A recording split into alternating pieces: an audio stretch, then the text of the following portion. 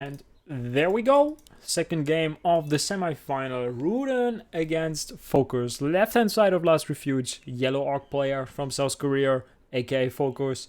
Right-hand side of last Refuge. Knight of Prayer from Serbia. Pro basketball player while he's playing some casual Warcraft. Brown Knight of it is Rudan. Starting with that really crazy Ancient of War again towards an orange camp here. And kind of close to the main base of his opponent. I haven't seen that all that much, but okay, let me rephrase that. I haven't seen that at all. Like, I've never seen that Ancient of War in that position with the starting position that we find ourselves in. So it will be kind of interesting if this pays off and in what kind of ways this will pay off. Of course, by creeping that, you get a good item, but you get the same item from this camp. You get a little bit more experience from that. This one is way easier to creep. This one can be punished by a Blade Master if he scouts you correctly. This one can never be punished by a Blade Master because the traveling distance to this location is way too far away. You will be done creeping that the moment the Blade Master is in the middle of the map. And the other one is like, you will be done creeping that the moment the Blade Master is like stealing your creeps, you know? So a lot of stuff can happen, doesn't have to happen, but a lot of stuff can go wrong. Rudan is opening up, a little risky here, not sure why, but he gonna probably teach us why. We're gonna have the Blade Master coming out with that Voodoo launch again. One borrow attack, it will be once again 20 out of 20 supply, going to the limit. Is going to creep this one just for the item, then falling back, selling his Town Ball, getting 6 high healing stuff, and getting himself into the game. Archer and Ancient of War creeping that here already with the poison creep. This is also something that might affect you, because the poison creep is damaging your archer and he will drop lower and lower over time. So that will be interesting to see.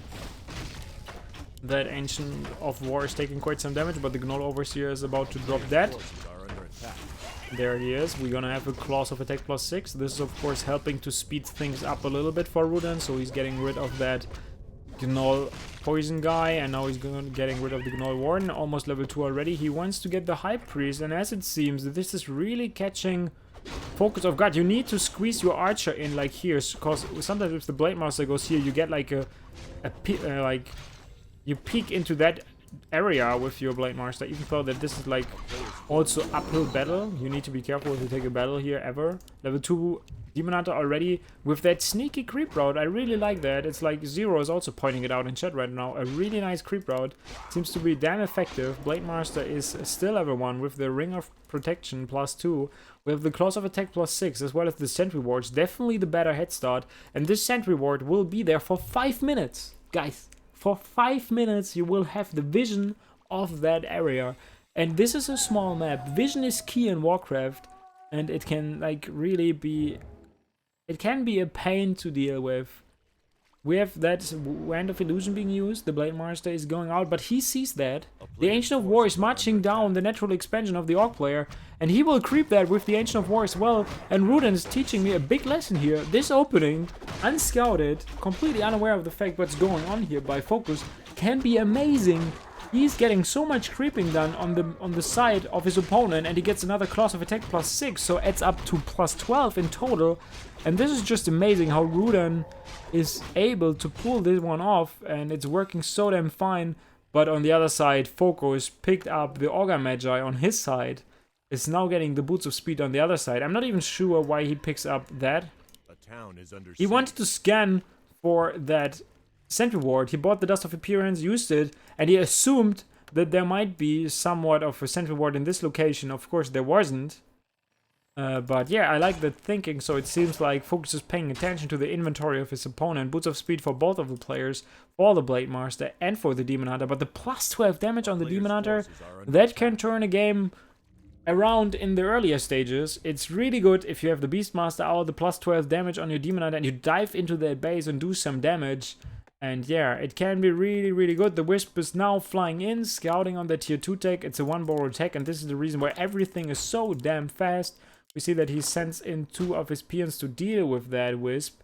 Blade Master in the meantime is probably going to creep that Augur Magi, while the Demon Hunter is going at it with the +12 damage. He's having the time of his life, is chasing the grunts inside that main base. There's the Wisp still in that main base. Now finally he sees, okay, there are both of the tier 2 buildings. He kills one grunt, Is he going for the second one? He cannot squeeze in, but there's another location that he can go to. This one, the Wisp just holds for one more second, and he's able to step in on that one. Now he blocks his own Blade Master from attacking the Demon Hunter, but on top of that, he will have to sacrifice a Town Portal to get out of that main base.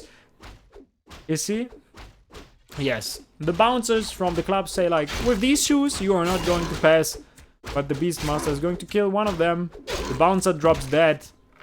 And the Night Elf player retreats to his main base, heals up again, and is probably going for round 2. And usually round 2 takes like 10 to 15 minutes to get to it, but this time is like, you know what, round 2 is coming right now. We're going at it. And he's not even following it up with aggression, he's just falling into creeping.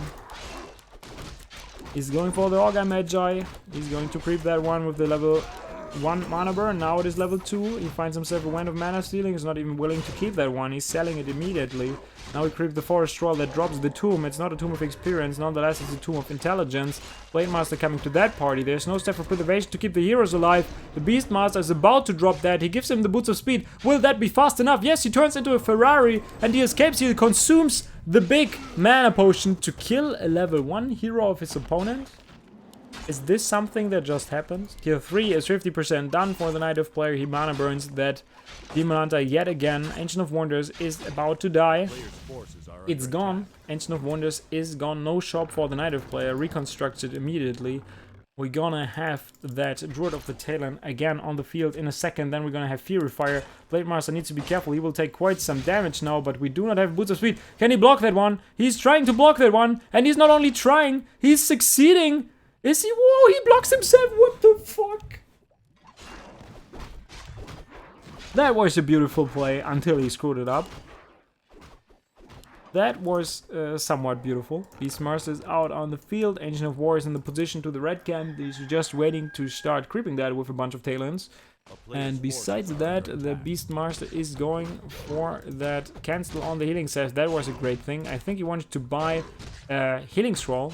Was not able to get that one because the Blade Master was a little quicker. And now the Beastmaster tried to be a Blade Master once in his life, but it's not the same story. Even if you have like the same kind of letters in your name, it's not going to work. 3 Talons already on the field. I'm just waiting for that Orb of Venom to kick in, and then he got like plus 17 damage. And the minus armor is doing some amazing work here for Rudan. He will be tier 3 in a second. He's already upgrading that tier 3 upgrade. The Druid of the Talon Master is coming. The Master Training is already coming. The TC is still level 1. The unit numbers are not that crazy. And that Ancient of War.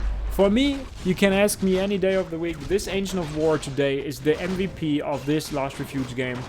He took like 3 big camps of the opponent's side, Medallion of Courage, some more HP, definitely not the worst, as well as some more mana, probably an item for the Beastmaster, because he's definitely the better guy for that job.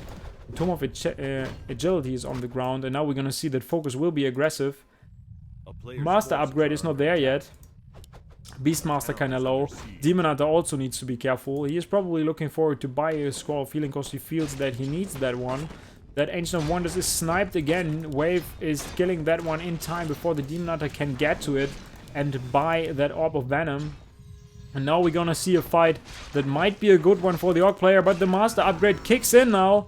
He got Cyclone if he wants to. He's not using it yet. Now he's realizing, okay, we got Cyclone. And he's cycloning the Blade Master immediately, snipes the first Spirit Walker. We have Disenchant coming in, Invo Potion being used. That Demon Hunter has to be careful. If he loses that Demon Hunter, there is just one more Moonwell that he can use. No more shop, he cannot buy any more potions. He needs to cyclone the first hero of the Orc player. And he needs to get to that Moonwell. It doesn't seem that way. The wave is finishing him off. And Rudan, in a very desperate spot here, gave the Town Portal to the Beastmaster. That was not the perfect choice. And now the Demon Hunter with the TC free reign. FoCuS figuring out that he is in a really good spot here. Is going to finish the game right now. That Ancient of Wind is also about to fall. Demon Hunter will not come back in a second. And Rudan is also dropping out on top of that. That is a horrible game for Rudan. It was such a great game if he only had a better base layout and could squeeze the shop in, like, behind his wall of Moonwells. That would have been lovely. I think with a different layout for his main base, he would have been in a fantastic spot, but the layout of his main base didn't allow him to get a shop like here in a safe location. And this is what separates you also from Foggy. Foggy with the crazy kind of like different pictures of all starting positions of all the important maps that you play on competitive leagues. He got like several starting positions where he can wall off his entire base and get still enough space to have like the shop and both of the Ancient of Wind behind the Moonwell line. And yeah, this is of course something amazing. It's crazy that FoCuS and all the guys drop Rudan out immediately, even though that he's a player whatsoever. This was the 2-0 sweep. Once again, FoCuS 2-0 advancing to the grand final already, I feel. Yes, it's already the grand final, and so far there's no opponent waiting for him. Lucifer is playing against Lex right now, a guy that is playing from DKH, a German clan, and he's playing against Lucifer, probably an Undead Mirror if I remember that correctly, and then we're gonna have Undead against Loliot, and then the winner of the Loliot Undead game will face FoCuS waiting in the final. That was a beautiful game, guys.